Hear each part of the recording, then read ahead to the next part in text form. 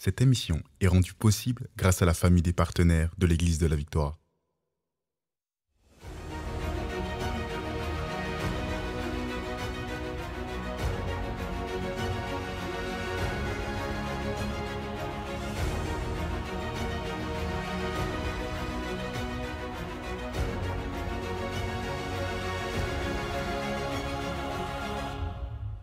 Bonjour tout le monde et bienvenue à l'émission Parole de foi. Ici le pasteur Joel Spinks. Aujourd'hui, on poursuit dans notre série sur les démons et la sorcellerie. J'espère que vous avez été bénis toute cette semaine. Aujourd'hui, on va terminer avec le thème « Comment libérer les captifs ». Comment libérer les captifs. Mais juste avant, je vais vous rappeler des thèmes qu'on a vus ensemble dans notre première émission. Est-ce que les démons existent? C'est ce que nous avons vu. Gloire à Dieu. Et on a répondu oui, le diable et les démons existent. Donc, on veut comprendre comment fonctionner dans ce monde spirituel. Ensuite, dans notre deuxième émission, on a vu, en fait, on a répondu à la question, est-ce qu'un chrétien peut avoir un démon? Est-ce qu'un chrétien peut être possédé? Est-ce qu'un chrétien peut être opprimé? On a répondu à cette question-là également. Ensuite, dans notre troisième émission, comment exercer la délivrance? Donc, on a fait la part des choses concernant le ministère de délivrance. Un ministère que les gens s'imaginent être dans la Bible, mais en fait, la délivrance est dans la Bible, mais pas le ministère de la délivrance, comme on a vraiment expliqué. Et ensuite, hier, on a vu dans notre quatrième émission, est-ce qu'un chrétien peut vivre sous une malédiction générationnelle, c'est-à-dire la malédiction de ses ancêtres? Et on a vu ce que la parole de Dieu nous dit à ce niveau-là. Et gloire à Dieu, si vous avez toujours cette question, bien, je veux vous encourager, visitez la chaîne YouTube de l'Église de la Victoire et vous verrez, en fait, vous allez entendre les réponses à toutes ces questions. Je pense vraiment que ces questions vont vraiment être répondues et l'Esprit de Dieu va vous aider à comprendre ce qu'il voulait dire dans les Saintes Écritures. Parce que ce qu'on veut faire vraiment ici à l'émission Parole de foi, on veut toujours revenir à la Bible et ne pas croire ce que les hommes ont dit. On veut croire ce que Dieu dit. Amen.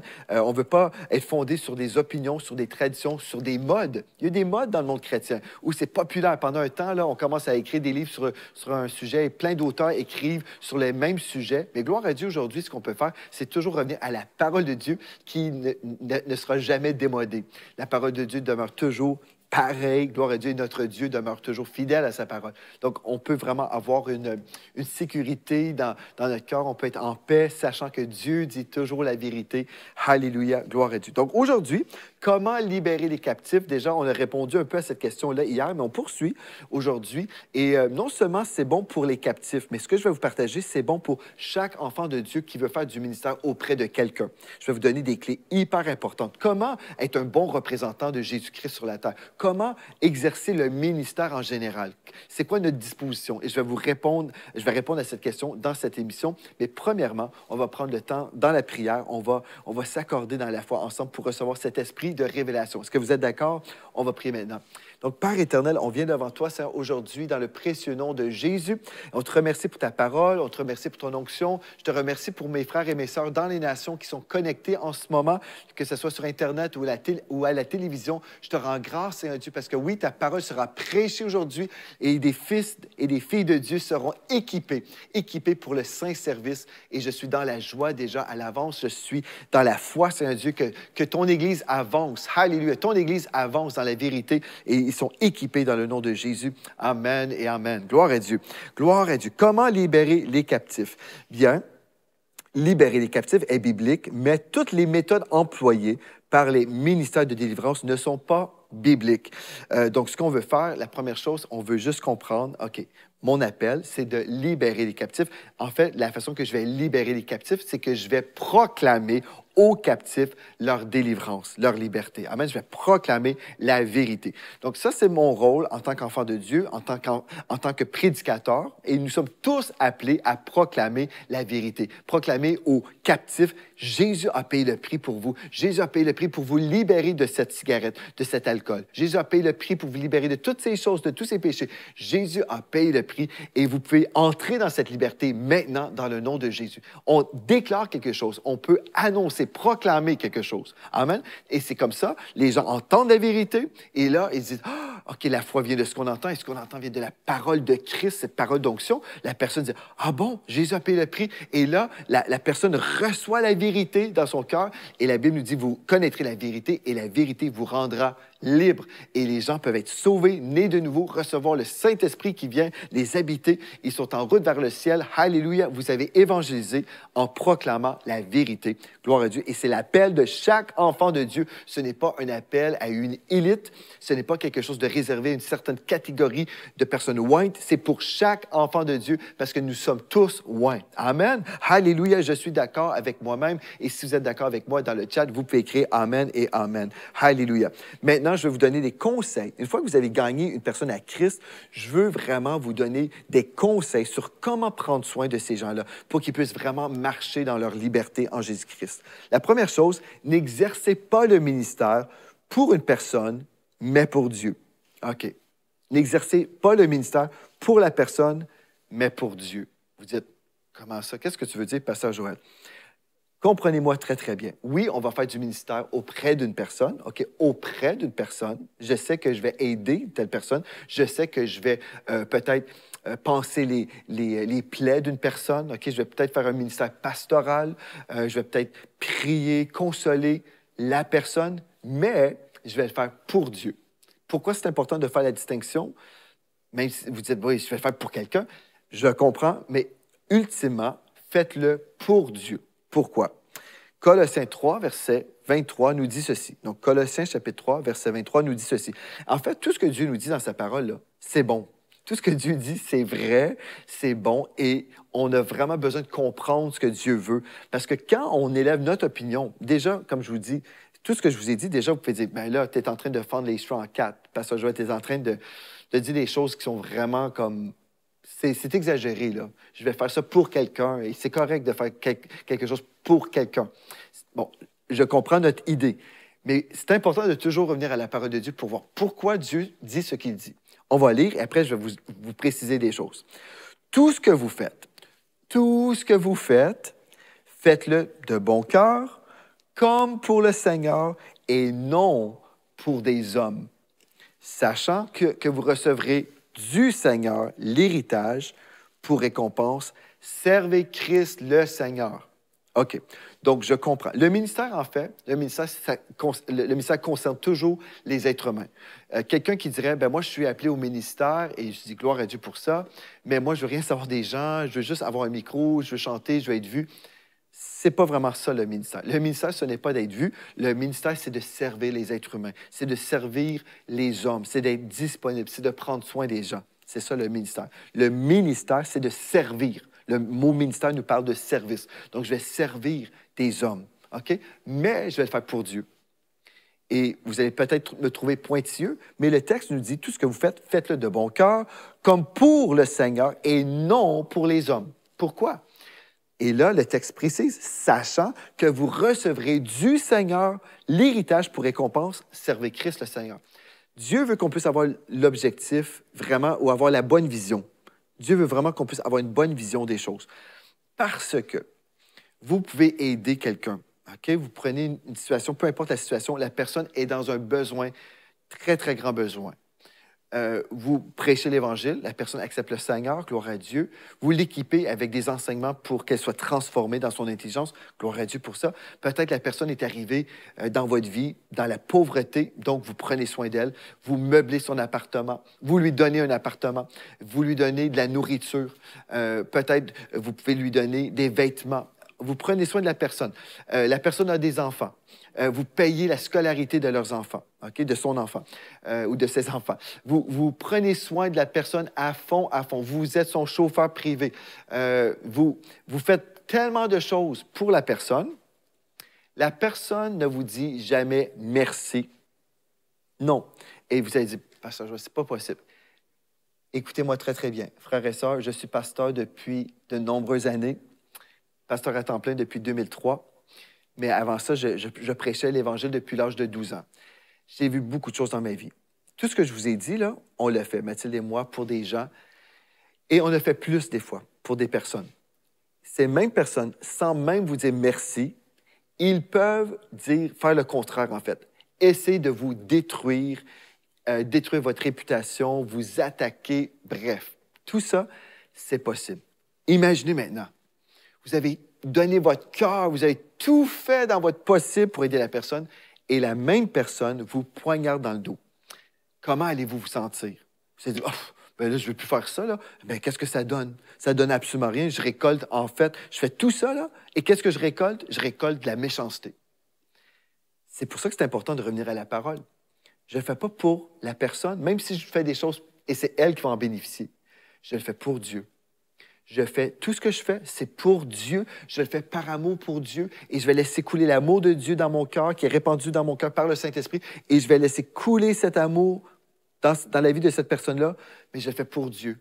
Oui, j'aime la personne, mais je fais tout pour Dieu. Et si la personne me dit merci, ça a été le cas aussi, heureusement, il y a des gens qui m'ont dit « Merci, Pasteur Joël, merci, Pasteur Mathilde ». Il y en a eu des gens qui nous ont dit « Merci, alléluia, merci Seigneur pour ça, ça fait du bien ». Mais si je n'ai pas de merci, OK, si je n'ai pas de remerciement et si j'ai le contraire, je vais continuer de le faire parce que, ultimement, je l'ai fait pour Dieu et non pour la personne. Voyez-vous comment c'est tellement, tellement important de lire la Bible et de comprendre ce que Dieu disait. Tout ce que vous faites, faites-le de bon cœur, comme pour le Seigneur et non pour les hommes, sachant que vous recevrez du Seigneur l'héritage pour récompense. Servez Christ le Seigneur. OK. Alléluia. Maintenant, n'oubliez jamais cette grande révélation que je vais vous donner. On parle de délivrance, on parle de liberté, d'évangélisation, on parle d'aimer les brebis du Seigneur, on parle de toutes ces choses-là. N'oubliez jamais, mais jamais ce que je vais vous dire maintenant, si vous voulez avoir un ministère qui va durer longtemps. Okay? Donc, si vous voulez assurer la longévité de votre ministère. 1 Jean 4, 14 nous dit ceci. Le Père a envoyé le Fils comme sauveur du monde. Acte 4, 12 nous dit « Il n'y a de salut en aucun autre, car il n'y a sous le ciel aucun autre nom qui a été donné parmi les hommes par lequel nous devions être sauvés. » Donc, il y a un nom, c'est le nom de Jésus qui sauve. Acte 13, verset 23 nous dit « Dieu, selon sa promesse, a suscité à Israël un sauveur qui est Jésus. » Pourquoi je vous lis des textes qui nous parlent de Jésus qui est le sauveur?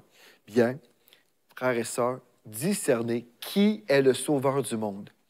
Jésus est le sauveur du monde. Je ne suis pas le sauveur du monde. Vous n'êtes pas le sauveur du monde. Donc, respectez vos limites. Respectez vos limites. Vous devez comprendre, quand vous servez le Seigneur dans un ministère, OK, peu importe le ministère, vous voulez voir les captifs libérés. Quelqu'un est pris dans la sorcellerie et vous voulez libérer la personne par la prédication de la parole de Dieu. Vous vous investissez à fond.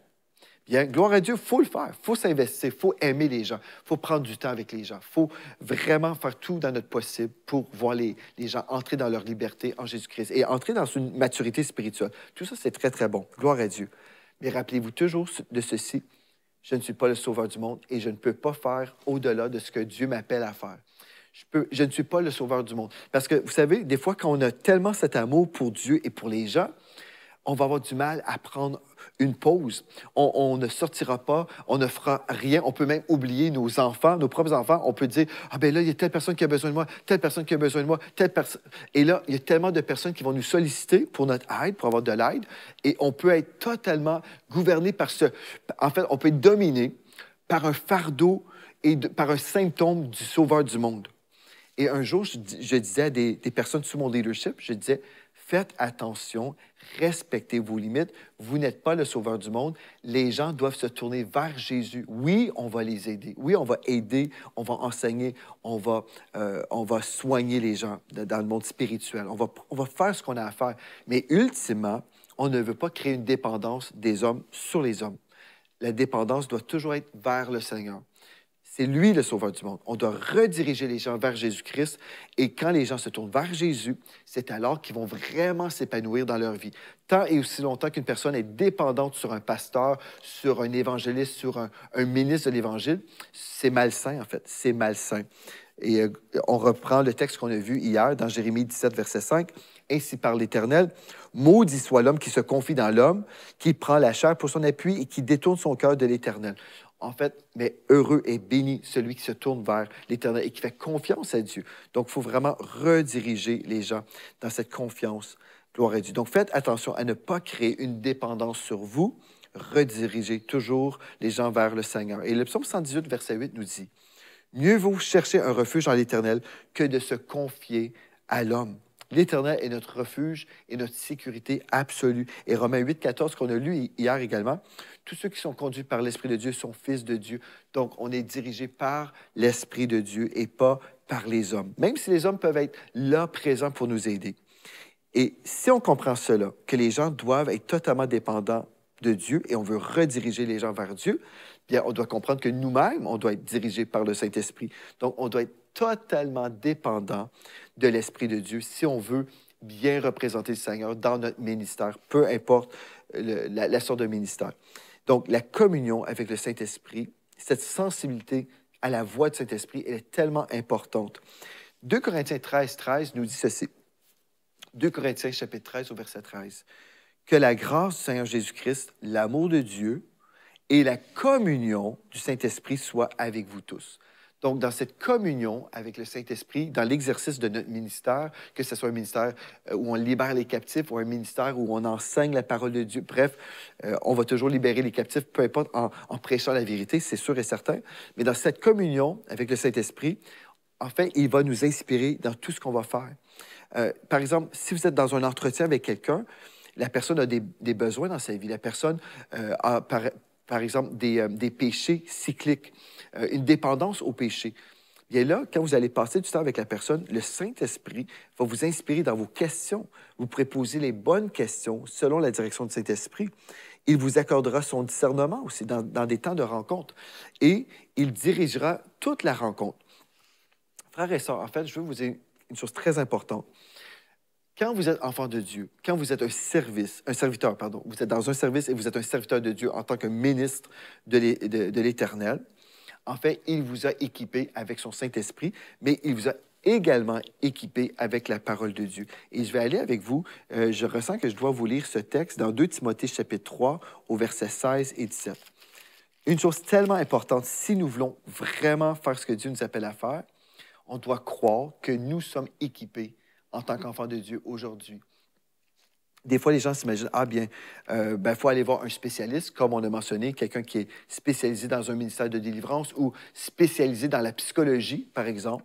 Bon, la psychologie réussit à étudier des comportements et réussit à mettre des étiquettes sur les comportements. Et ça, c'est bien de comprendre, OK, telle personne fonctionne de telle façon, on peut voir tel profil, il y a des profils comme ça, et on comprend, OK, bon. Mais la psychologie ne peut pas guérir quelqu'un. Seul Jésus-Christ peut guérir quelqu'un. Vous comprenez? Et comment est-ce qu'on peut vraiment exercer ce ministère de libération? Puis on doit toujours ramener les gens à la croix. 1 Corinthiens 1, verset 18 nous dit « Le message de la croix est une folie pour ceux qui périssent, mais pour nous qui sommes sauvés, elle est la puissance de Dieu. » Donc, la puissance de Dieu, elle vient dans notre vie lorsque nos yeux sont ancrés sur l'œuvre de la croix. Et on se rappelle que Christ a déjà payé le prix il y a 2000 ans. Donc, je peux vivre dans une victoire quotidienne en fixant mes yeux sur l'œuvre de la croix et en me rappelant de ce que Jésus a fait pour moi.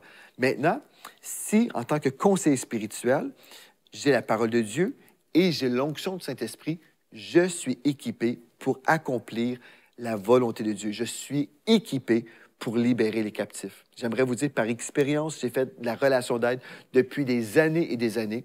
Et gloire à Dieu, je peux vous dire que cette parole, elle est vraie. Dans 2 Timothée, chapitre 3, verset 16, nous lisons, et écoutez-moi très, très bien, lisez avec moi le texte.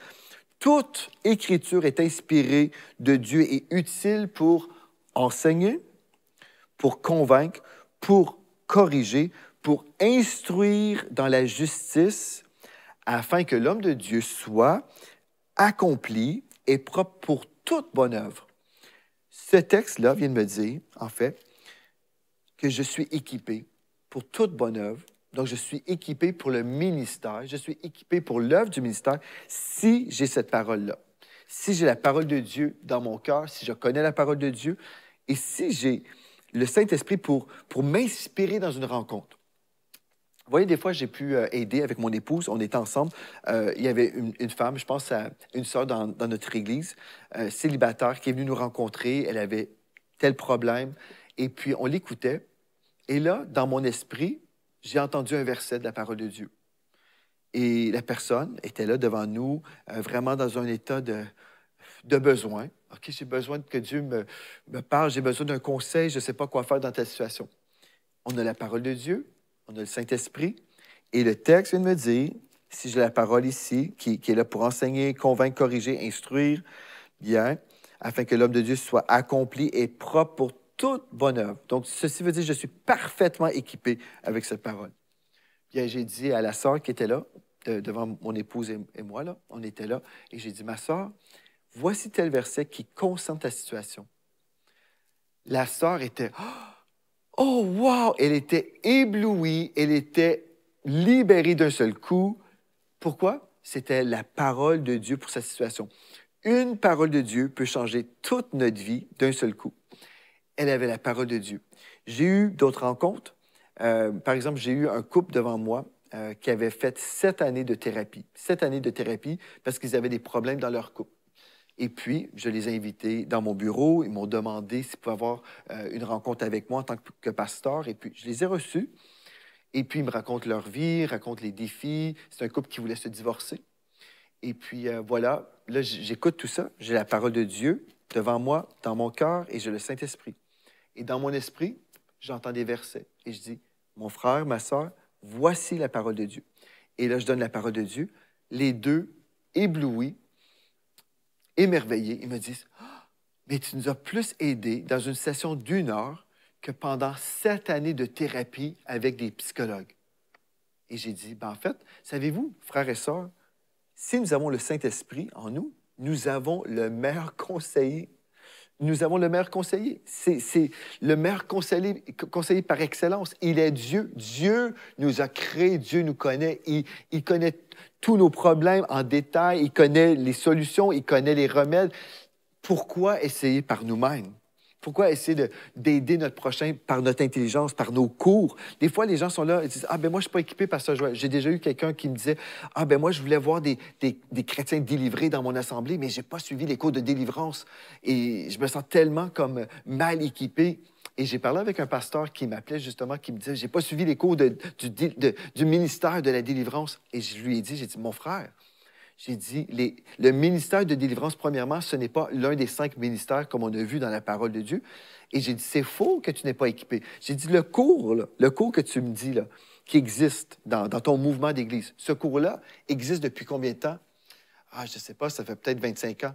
Donc, j'ai dit à ce pasteur, j'ai dit, tu es en train de me dire que avant ces 25 ans-là, les pasteurs de ce mouvement n'étaient pas équipés pour délivrer les captifs? C'est ça que tu es en train de me dire? J'ai dit non. Frère et soeur, la parole de Dieu nous dit, nous sommes parfaitement équipés avec la parole. J'ai dit, mon frère, tu es équipé. Tu es équipé. Si tu as la parole et tu as le Saint-Esprit, et tu n'invites pas les gens à mettre leur confiance en toi, mais en Dieu, j'ai dit, tu es parfaitement équipé. Il m'a écouté, il m'a cru, et tout de suite après, il s'est retrouvé dans une situation où une personne était démonisée. Et à sa très grande surprise, il a fait exactement ce que je lui ai dit. Il a exercé son autorité dans le nom de Jésus. La personne a été instantanément délivrée. Et il m'a rappelé, me disant, « Pasteur Joël, c'est vrai ce que tu as dit. À cause de la parole de Dieu, à cause de l'onction du Saint-Esprit, le nom de Jésus et l'autorité spirituelle que j'avais déjà, j'ai été dans la foi. J'ai cru en fait que Dieu pouvait se servir de moi. Et Dieu s'est servi de moi et la personne a été délivrée. » J'ai dit, voilà. Voyez-vous, en fait, frères et sœurs, il y a tellement de pasteurs, de chrétiens qui s'imaginent, « Ah non, je ne suis pas équipé, je ne peux pas faire ceci ou cela, je ne peux pas libérer les captifs pour plein de raisons. » On tombe des fois dans le piège, « Oh, je suis sauveur du monde. » On tombe dans les pièges, toutes sortes de pièges comme on a vu. On a cru des fausses doctrines. Mais quand on s'arrête, on dit, « Non, non, j'ai la parole de Dieu, j'ai le Saint-Esprit et je suis équipé. » Et quand on croit ça, bien, on peut relâcher notre foi et on peut exercer le ministère. Gloire à Dieu, on peut évangéliser, on peut annoncer, proclamer la bonne nouvelle et libérer les captifs. Et c'est ça que Dieu vous appelle à faire. Si vous dites, bien, j'aimerais ça vraiment être convaincu, bien, écoutez à nouveau cette émission. Écoutez les enseignements qu'on veut vous offrir ici sur la chaîne YouTube de l'Église de la Victoire ou sur Évangile TV. Écoutez la parole de Dieu.